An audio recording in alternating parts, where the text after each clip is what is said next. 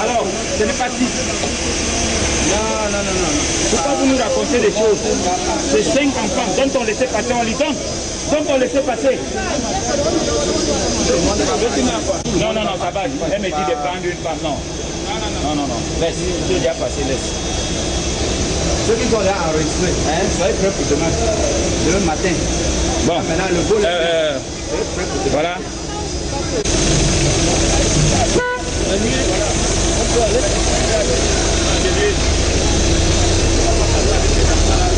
On attend le bus.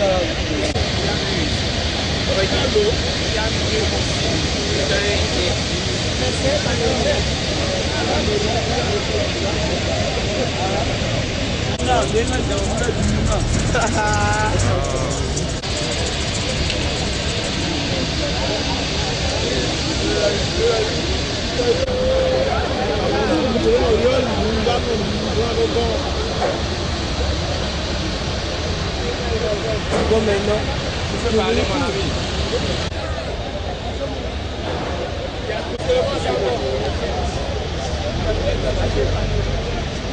Si on parle là, quand tu parles en français, c'est bon aussi. Je cherche à savoir.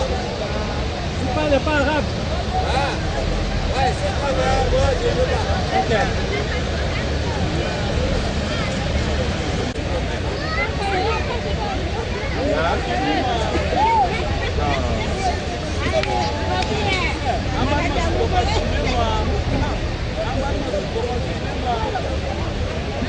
Bon, ouais, nous sommes là parce que nous suivons l'exaction des Sénéca.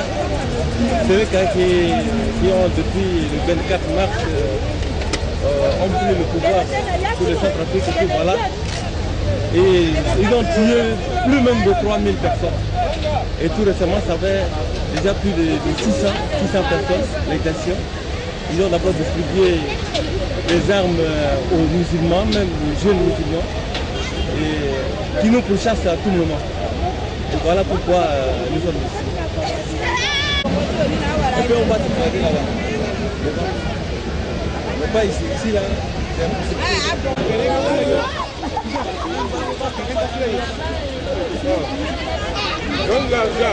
Donne l'argent d'abord. Il ne sait pas les L'argent avant que je mange d'abord. Agati mutaki bila higa de dachara na hoto tv. Ini dia bisiki de higa de dachara na hoto tv.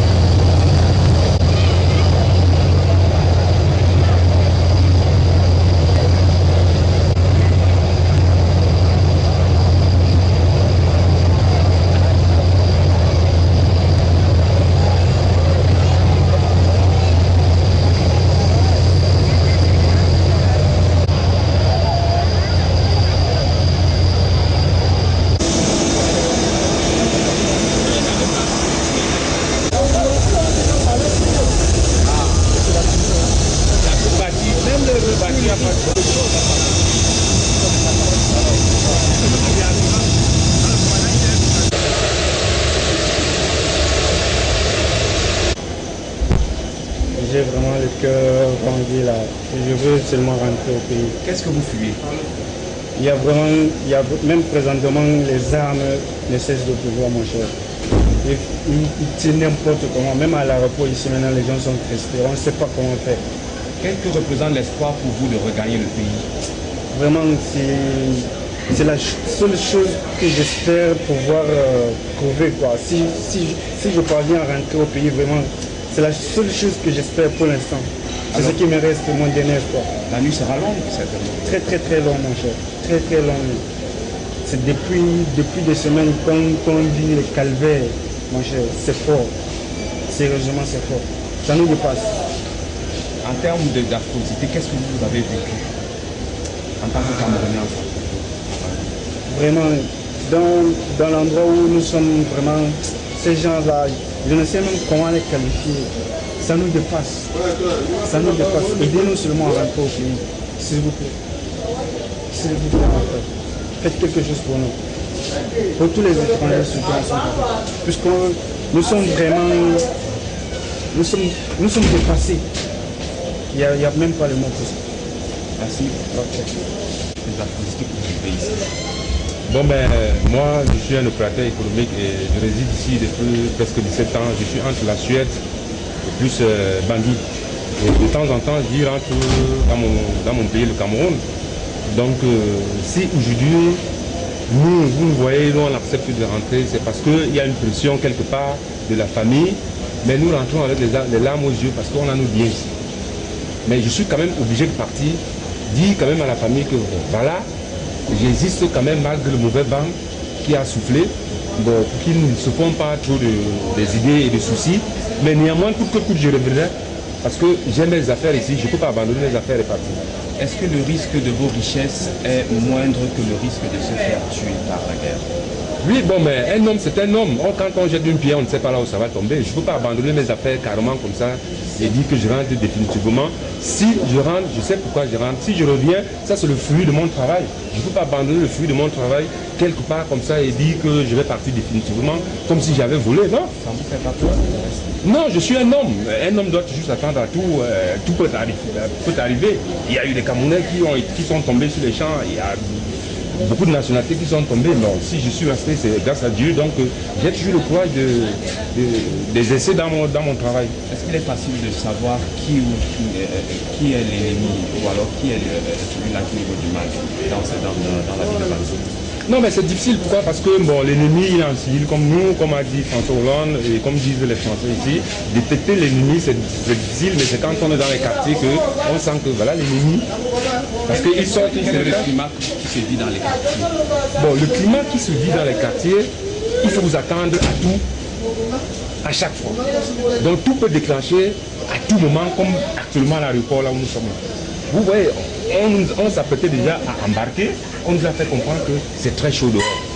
Vous voyez, ce qui fait que le vol le retarde, c'est comme ça Bangui. Mais il faut seulement avoir le cœur.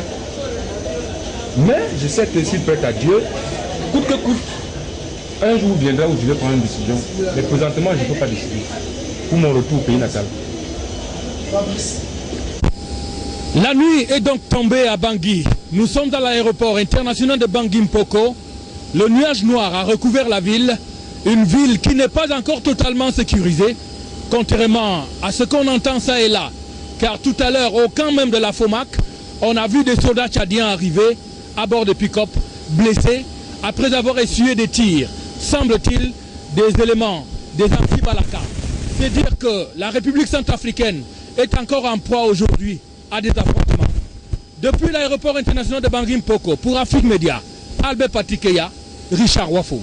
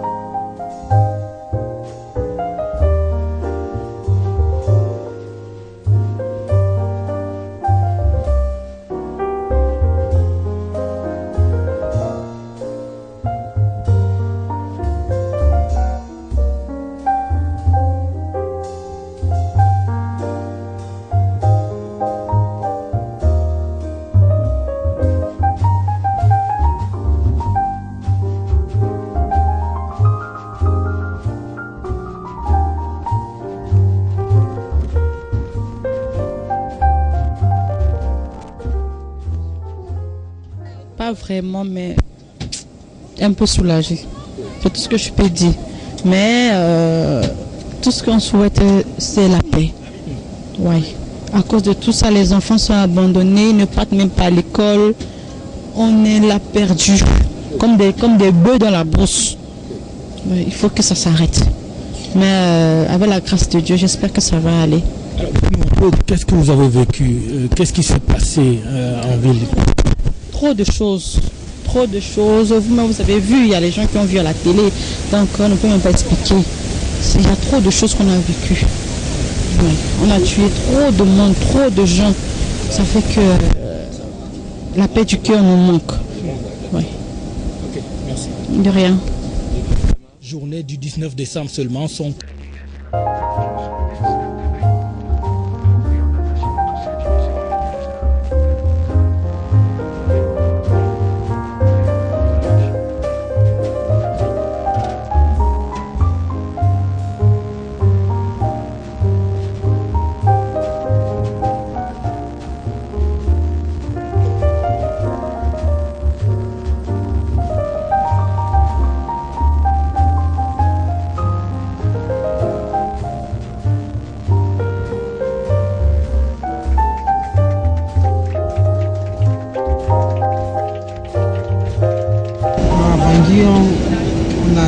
C'est-à-dire on a perdu tous nos affaires que nous faisons. Qu'est-ce que vous faisiez là-bas? On vendait dans les boutiques. Et les Tchadiens, ils ont tout cassé. Ils ont tout pillé, ils ont tout pris notre argent. On a perdu tout. Et nous sommes rentrés Vraiment, nous disons merci au président du pays qui a pu envoyer son aide envers nous. Il semble que vous aviez aussi un enfant. Quel est le sort qui sera réservé à votre enfant? Il a quel âge? Parlez-nous de lui. Bon, mon enfant, il a 5 mois. Oui, je l'ai laissé avec sa maman, mais je ne sais pas comment quoi faire. Comme sa maman n'avait pas l'acte de naissance. Et même mon fils, je n'avais pas encore fait son acte de naissance. Et par rapport à tout ça, je suis obligé de le laisser. Quel est le travail que vous faisiez à Bangui? Je ne travaillais pas. Vous faisiez quoi là-bas? Je faisais comme ça. Je n'avais pas de travail. Vous avez laissé quoi là-bas? Quand il continue à Bangui, français,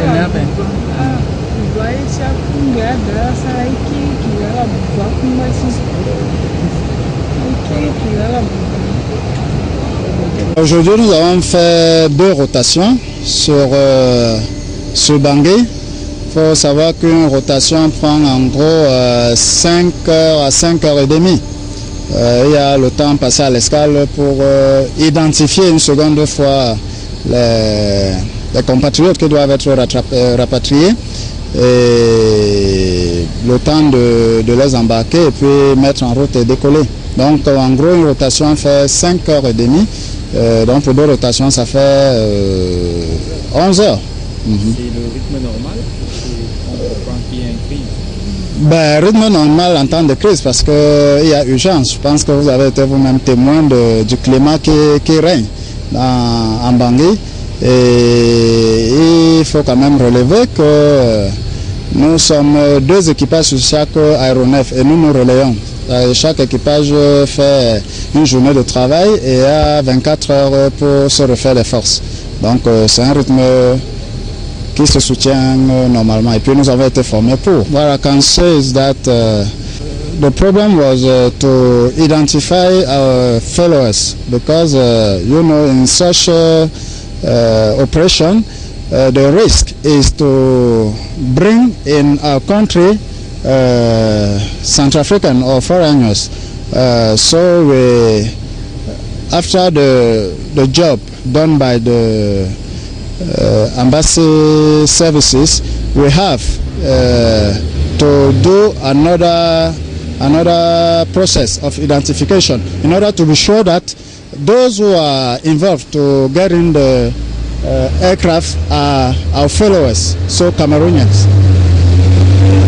Thank you. 4e tour à partir de Bangui jusqu'à Yaoundé. Au total, donc, c'est près de 600 Camerounais qui ont manifesté le désir de retourner au Bécaye, étant donné qu'ici à Bangui, ça tire. Puisque tout à l'heure encore, nous étions dans le camp de la FOMAC qui est devenu le camp de la MISCA. Là encore, c'est pas encore la grande sérénité entre les troupes tchadiennes et, paraît-il, les forces des anti-Balaka. Ça tire encore dans la ville. La nuit est maintenant tombée, on ne sait pas ce qui va se passer derrière et ce soir encore, sûrement que demain, il y aura un autre bilan. À bord du MA60 de l'armée camerounaise, Albert Patikeya, Richard Wafo, Afrique Média. Depuis l'indépendance de la Centrafrique en 1958, le pays de 4,5 millions d'habitants est plongé dans l'instabilité politique. La crise humanitaire dans ce pays est chronique, mais depuis la chute du président François Bozizé en mars 2013, la situation s'est aggravée. Le Haut-Commissariat des Nations Unies pour les réfugiés dénombre 206 000 personnes déplacées et près de 50 000 Centrafricains réfugiés en République démocratique du Congo, au Tchad et au Cameroun. C'est le chaos total dans ce pays. Les Tchadiens, Congolais et même Gabonais y résidant ont décidé de faire chemin retour au Bercail pour question de sécurité. Il y a des désordres, il y a l'insécurité totale parce qu'il y a des baraques là-bas. Parmi nous, il y a des musulmans, mais personne ne peut vivre comme ça. Parce que quand un musulman part là-bas, il y a les baraques qui viendront le tuer. Donc nous ne voulons plus rester ici. On nous fait évacuer de ces pays. Au Cameroun, par exemple, ils sont au nombre de 178 arrivés à bord d'un vol. Parmi ces 178 Camerounais, on dénombre 111 adultes, 52 enfants et 15 bébés. Ces derniers, presque tous ressortissants de la région du Nord et réfugiés à Douala, ont un seul vœu, retourner dans leur ville d'origine, Maroua. Je m'appelle Moussa et j'ai venu ici pour que les Antibaka soient rentrés en ville de Centrafrique. Ils sont rentrés vers la capitale Bangui, ils ont tué mon père et détruit la maison, comme ça que nous sommes venus ici. Oui, nous sommes venus ici, c'est très difficile, c'est très dur. Nous n'avons pas rien ici. Nous voulons partir à Maroua, mais nous n'avons rien. Nous voulons seulement la aide de nous aider pour aller nous à Maroua. Nous sommes beaucoup ici, à peu près 17 personnes. Ces derniers ont fort heureusement en porte-parole l'ODHP, l'Organisation des droits de l'homme pour le citoyen africain, qui, en partenariat avec l'International Multiracial Shared Organization, à New York, s'attelle à offrir à ces réfugiés de meilleures conditions de vie et plaider pour eux auprès du gouvernement camerounais. Oui, c'est le rôle des ONG qui font dans l'action humanitaire. Et j'ai saisi l'occasion pour remercier déjà le gouvernement camerounais qui a pris des dispositions de sauvetage pour protéger sa population et qui sont en détresse en République centrafricaine. Mais ce que nous avons constaté ici, il y a urgence sur le plan humanitaire. Il faut vraiment faire quelque chose sur le plan international pour arrêter ces différents conflits en Afrique. Et vous avez vu que les personnes vulnérables, qui sont les enfants et les femmes, sont abandonnées en eux-mêmes. Nous saisissons l'occasion déjà pour remercier M. Danjouma qui a accueilli cette famille vraiment qui souffre, tant même dans la chair que dans le corps. Mais le problème qui m'a trop choqué, c'est qu'il y a deux veuves. Au moment où leur mari devait les joindre à l'aéroport, on les a stoppés et les découpés en morceaux. Donc ça nous a choqués. Et cette famille, cette grande famille qui possède 22 enfants, c'est vraiment et les enfants mineurs surtout. Parce que le plus âgé parmi les 22 enfants que nous avons relevés à ces deux veuves, le premier a au trop 12 ans. Donc c'est la catastrophe. L'urgence maintenant est à signaler. Je pense que le gouvernement camerounais est en train vraiment de se battre pour pouvoir trouver les solutions, surtout l'insertion des enfants dans les écoles et tout, et aussi veiller à leur santé. Nombreux sont-ils parmi ces réfugiés qui ont perdu leur père, époux dans les affrontements en Centrafrique et ne savent plus à quel sens se vouer. Les rebelles du Antubalaka, ils ont tué mon père avec mon grand à la route de combattants. Ils sont nombreux, nous sommes 30. Mais on ne sait pas ce que nous avons fait. On n'a pas de maison. On est en train de dormir sur le quartier. On vient à auto. Les autos de Fomac qui sont prendre nous. Vraiment, les choses qui sont passées là-bas, chez nous là-bas, je ne sais pas ce que je vais vous dire, mais je vais vous dire merci. Moi aussi, j'ai perdu mon mari a disparu comme ça. Je n'ai pas vu mon mari, j'ai 8 enfants. J'ai 8. Si, les 2 sont restés là-bas, je ne sais pas que les 2 ont passé. Je n'ai pas vu les 2 là. On a pris notre enfant, on a fait avec les enfants. C'est comme ça on a rentré là-bas à l'ambassade. L'ambassade, il nous a accueillis même bien. C'est lui aussi. Il a fait nous rentrons ici au Cameroun. Ici on est bien, on est mieux qu'ici. Mais là-bas, à RCA, là, ça ne va pas. On a tout perdu, notre chose. On a tout perdu. On a de notre maison, bon, il y a des gens qui sont venus pour nous couvrir. Ensuite, ils ont détruit notre maison. Bon, on ne sait pas là où on va aller. Bon, on est allé réfugier là-bas à la résidence à Bangui du Cameroun. Bon, c'est l'ambassadeur qui nous a évacués ici. Bon, on ne sait même pas là où notre papa il est réfugié. Celui ne sait pas même là où il est. Il est là-bas à Bangui, mais je ne sais pas son position maintenant. Fort heureusement, l'Organisation des droits de l'homme pour le citoyen n'est pas restée indifférente face à cette situation. Ce sera continu. Déjà, nous sommes venus prendre acte. Nous ne savons même pas que ça devait être ainsi. Nous allons revenir et de deux, il y a plusieurs maisons d'accueil. Nous devons nous déporter là-bas pour pouvoir aussi voir le problème des autres et afin d'informer le pouvoir public et surtout le gouvernement camerounais et le système des Nations Unies. À côté de ceci, d'aucuns déplorent encore le fait que les Africains ne puissent pas résoudre leurs problèmes d'eux-mêmes. Je suis vraiment écœuré et émerveillé en même temps parce que de tels conflits qui continuent à sévir l'Afrique, c'est inexplicable dans notre continent. Et nous devons nous-mêmes d'abord, Africains, d'arrêter ces conflits avant de compter sur les Européens, parce que c'est nous-mêmes qui causons ces conflits. Et quand nous voyons ces enfants qui sont abandonnés à eux-mêmes et les veuves, je ne sais pas ce que nous pensons, nous, Africains. En attendant de trouver une solution au problème des réfugiés et spécialement à celui de la Centrafrique, les efforts sont déployés de part et d'autre du continent africain pour régler cette situation de crise humanitaire.